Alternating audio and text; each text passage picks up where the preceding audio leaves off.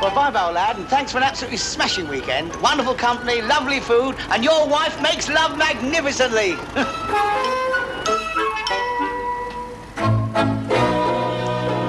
Excuse me, sir, but did I hear you correctly? What's that, old chap? You've been a guest in that gentleman's house for the weekend, and you tell him to his face that his wife makes love magnificently? Yes, that's right. Do you think that's quite correct? Well, no. Not exactly, no. I mean, but he's such a nice chap, I wouldn't like to say anything to offend him.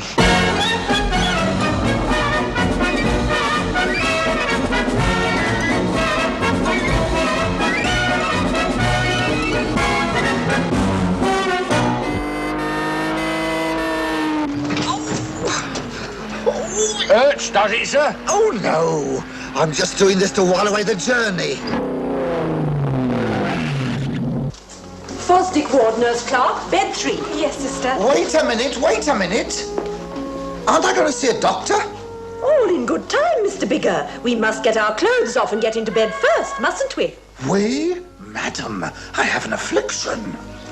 That will do, nurse.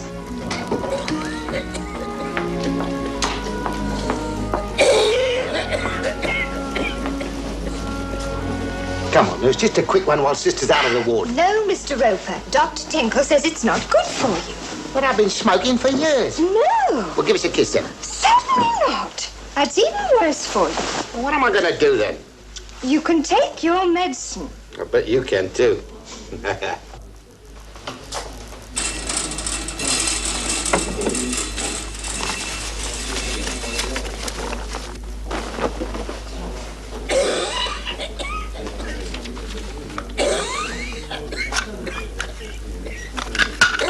Not again. I've never known a bloke go as much as you. You're just jealous because you can't. Ah! Oh.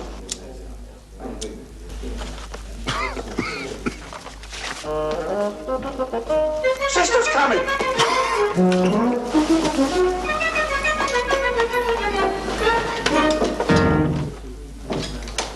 Evening, sister.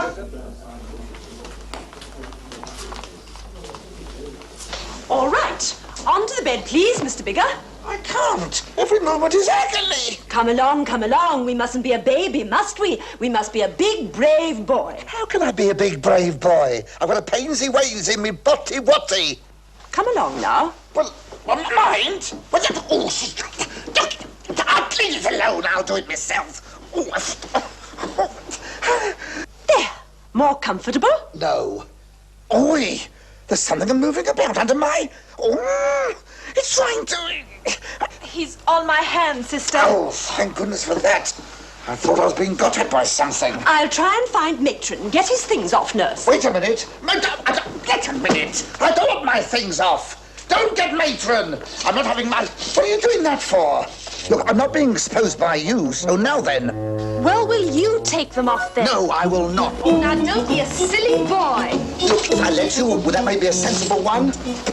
What's going on here, nurse? Oh, sister, he won't let me take his underpants off. I'm not letting her take them off. I'll handle this. What? Oh, guys. There, it wasn't so bad, was it? Well, they were a present. I can understand your reluctance to part with them. All right, nurse, put his bedgown on. I understand you are suffering from an acute pain in the region of the posterior. Oh, yes, not half, I am, yes. Could you be a little more specific, Mr. Bigger? Where exactly is it? It's in the same place as everybody else's posterior, including yours. I was referring to the pain. All right, it's down here. There's a... Oh, God. No, that's far enough. I'll take it from there, cheeky. Has the houseman seen him yet? No, Matron. Why not? I want the best treatment, you know. No experiments. I'm not a guinea pig. Oh, I agree, Mr. Bigger. More like a hamster. Oh.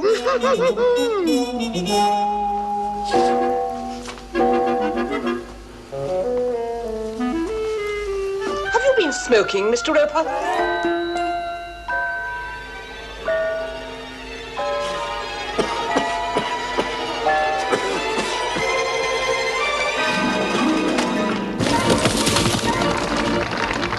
playing today, Major Shorthouse? Calabar Ravens, Your Excellency. Oh, top hole, top hole. Pardon? Who's the turban job on the throne? You mean the Qazi? Ooh, he's very good looking, isn't he? Yeah, only the richest and most powerful Raja in northern India, that's all. He's smiling at us. Smile back. You don't have to go raving mad. My father, who are those people? That light of my darkness is Sir Sidney Rough Diamond, the British governor, whose benevolent rule and wise guidance we could well do without. Oh, I say, he's a charming man, isn't he? Yes, I wouldn't trust him an inch. Oh, neither would I. I didn't mean that. You don't like this man, my father? Light of my darkness, there is no mountain in all India high enough from which to adequately show my contempt of him. I'll tell you something, he'd like to massacre me and every other Britisher in India. Well, then what do you keep smiling at him like that for, then? Because as a top-rank British diplomatist, I'm as two-faced as he is. Oh, I see. He did not half crack that one, did he not? Dearest, if you can't express yourself in more elegant terms, kindly shut your kegel. There, sir. Well played, Philip! You'll go far, that boy, if he makes the right marriage. Don't lie to me, Sidney Bliss. You were with that woman, Esme Crowfoot, all evening. I keep telling you, I only popped in for a bit. Half an hour, that's all. That's not long. That's long enough for you. What have you been doing all these years? Holding a stopwatch? Well, what were you doing going to her flat anyway? She's one of our clients, isn't she? I have to vet them, don't I? Oh, vet? Is that the new word for it? I can't fix them up with the right partners until I find out what they do and how they live. Like the young widow at the tobacconist. You must have vetted her at least 50 times. Oh, God, I only keep going in there for me.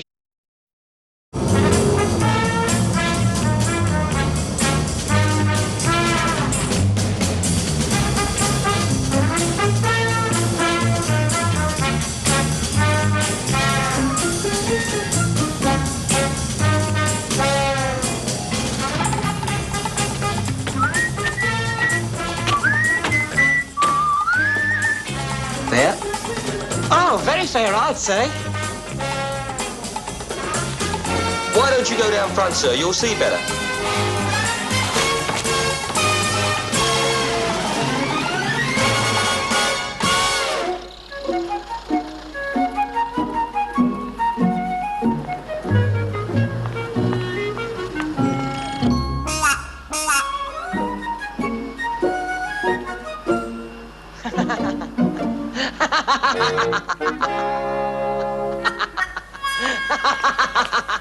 Look, it's my job to find out what the female clients do. You should look after the men. Oh, don't be stupid. I know what they do. Oh, don't try and joke your way out of it. What would you say if I started vetting all the male clients? I'd say, God help them. You rotten beast! I'll let you go. Get it out. I've had enough. Come here. Look. You got right there.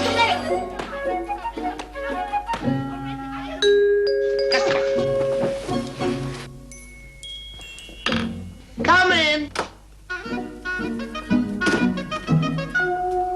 Oh, I beg your pardon.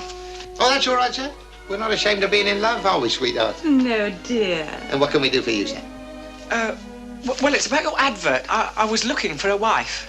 And you couldn't have come to a better place, could you, my little baby? No, indeed. Well, it looks as if I shall have to leave you for a little while, darling. That's it. Business before pleasure, my little dove. You'll excuse us, won't you? See you soon, sugar puff. I'll be counting the moments till I can get at you again.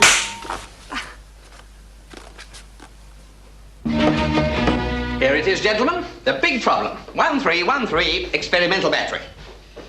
I can tell you now, we've had orders to solve it from the top seat. You mean WC? WC. The top seat.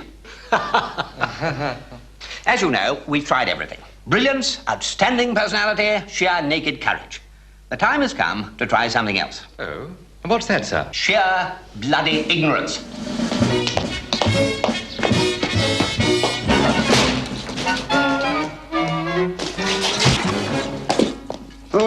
the devil are you doing down there? Captain Melly reporting, sir. Hush yourself down. Follow me to the conference room. All right. Why the bloody fanfare? Watch it, mate. New commanding officer. Blimey. Corporal. Sir? That man, he's wearing lipstick. Lipstick, sir? Yeah. Where? On his face. What do you think? Well, it must be a burn or a scar or something, sir. I hope you're right. So do I. Pretty curtains, baskets of flowers, braziers, Pardon, sir? knickers. Same to you, sir. Drop your trousers. But, sir, we have only just met. Drop them. That's an order. Ha!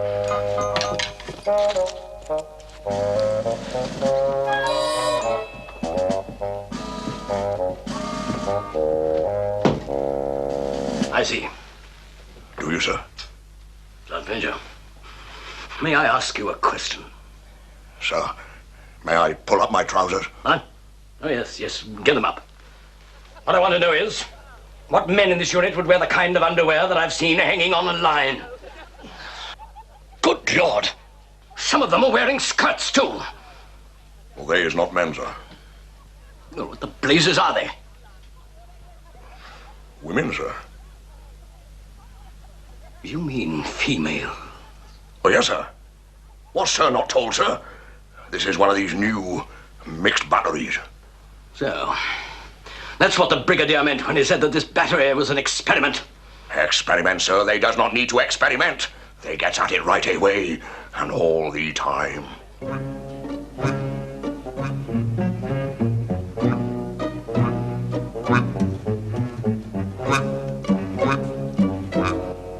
Well, Miss Withering, how does it feel? Comfortable? Yes, I think so, Mr. Boggs.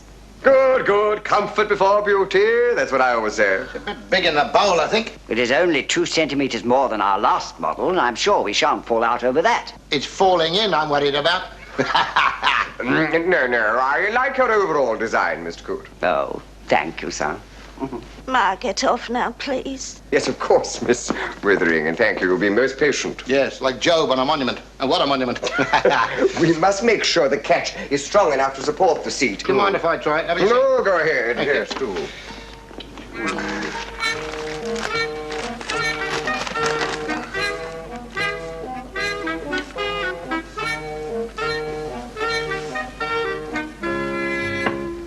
Yes. I don't think I could stand it for more than half an hour. It was hardly designed for a reading room. Look at this. Very slender, this pedestal, isn't it?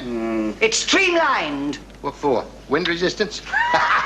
In any case, the thickness has nothing whatsoever to do with the tensile strength. I hope you're right, Mr. Coote. I have had bitter experience of what happens when one of these collapses. Or rather, my poor dear wife had. Rest her soul. I can assure you, sir, an elephant could safely use that toilet. Not without a much bigger bowl. We can't afford to take any chances, Mr. Coote. No dependability before beauty, I always say. Miss Withering, if you wouldn't mind, just one more time. And this time, my dear, come down on it like a ton of bricks. So far, so good. Now, if you just bump up and down a bit. Excellent, excellent. Bump, bump. Things that go in the night.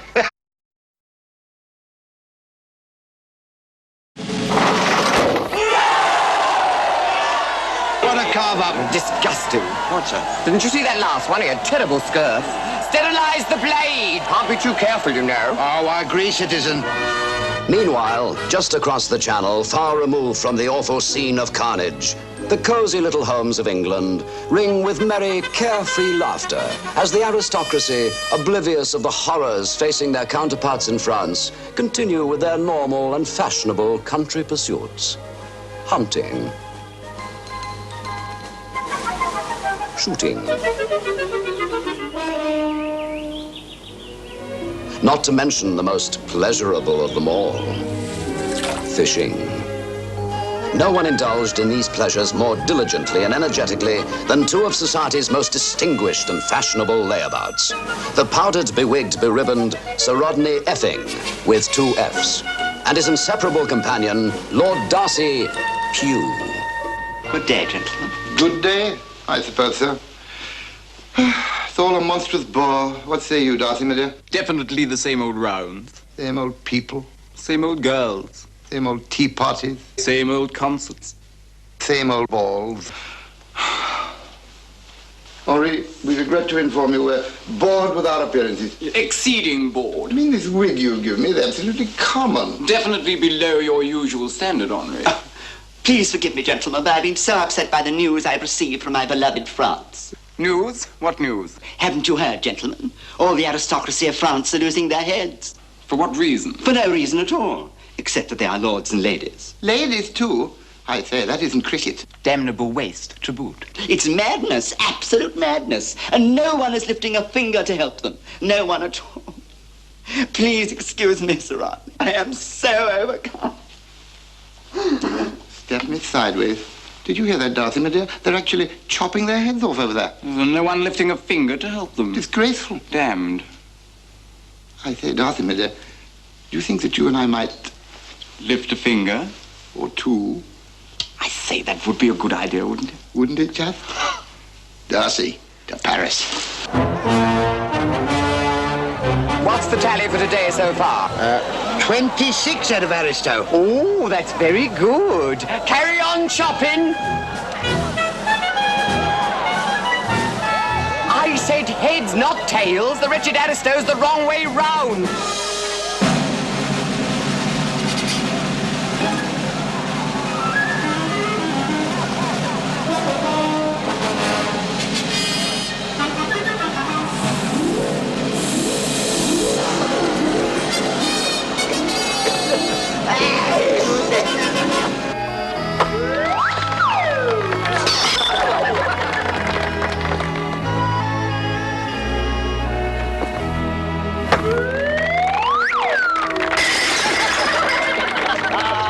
Another one like that and we've won. My, well, this is a great event for you, my dear, watching two of your hottest suitors making a last wicked stand together. Beau and Humphrey do absolutely everything together, Papa, as you well know. Yes!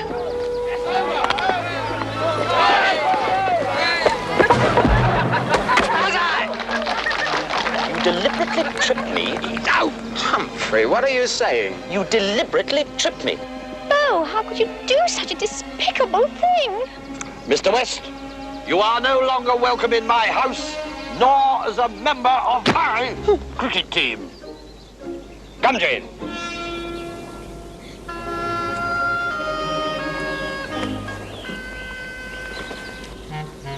I've lost her, Simpson. Thank you, Nightingale. It's Beau. Dearest Jane, by the time you receive this letter, I shall have left this country for good. The only hope I have of forgetting the terrible things that have happened is to join the French Foreign Legion. Oh,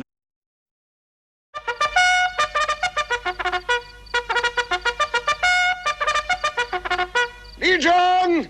Legion! Present! Arms!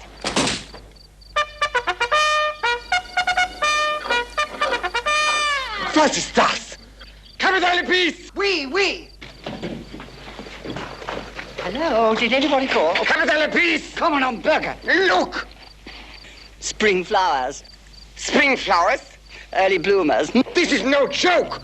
Pull those bloomers down! Pull them down! Commandant, not so loud. Anyone listening outside the fort will wonder what's going on in the yard. I don't care about those pigs! Pull them down! I want to get to the bottom of this. Capitale Peace, the man who is responsible for this will be buried in the sand up to here. Head first, find out who he is. But how? How? Use your brain, search the lockers. Find out which one wears underwear like this. Oh, Herr Commandant, no legionnaire will wear anything like these. How do you know? We get all sorts in the Legion, and it's our custom not to ask questions. Perhaps it's time we started. Oh, Herr Commandant, look. There is a message written on the back. Well, it can't be a message from the front. What is death to all Legion infidels? Your time is nigh. The flaming sword is spoken. They have got my message. Let us give them a taste of what is soon to come. I repeat, I intend to get to the bottom.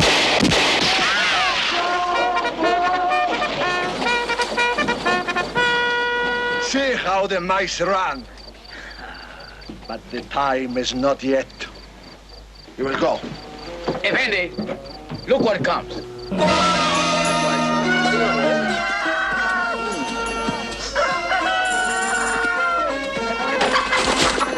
Whoa, Cleo. Is this it, Simpson? Yes, sir. City Bell Abbess. Well, get me down, Simpson. Certainly, sir. Hey, you, Arab fellow. Camel or Bobo?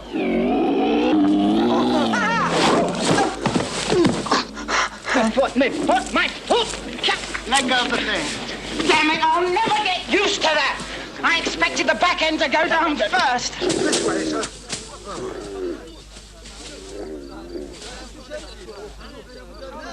Shall I knock now? Please do that, Simpson. Excuse me, sir. Oh, come along.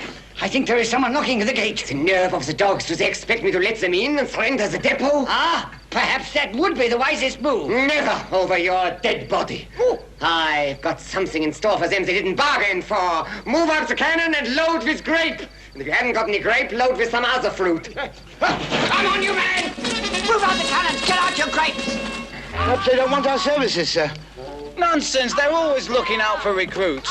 They'll welcome us with open arms, you'll see. Get out your grapes! There, what did I tell you?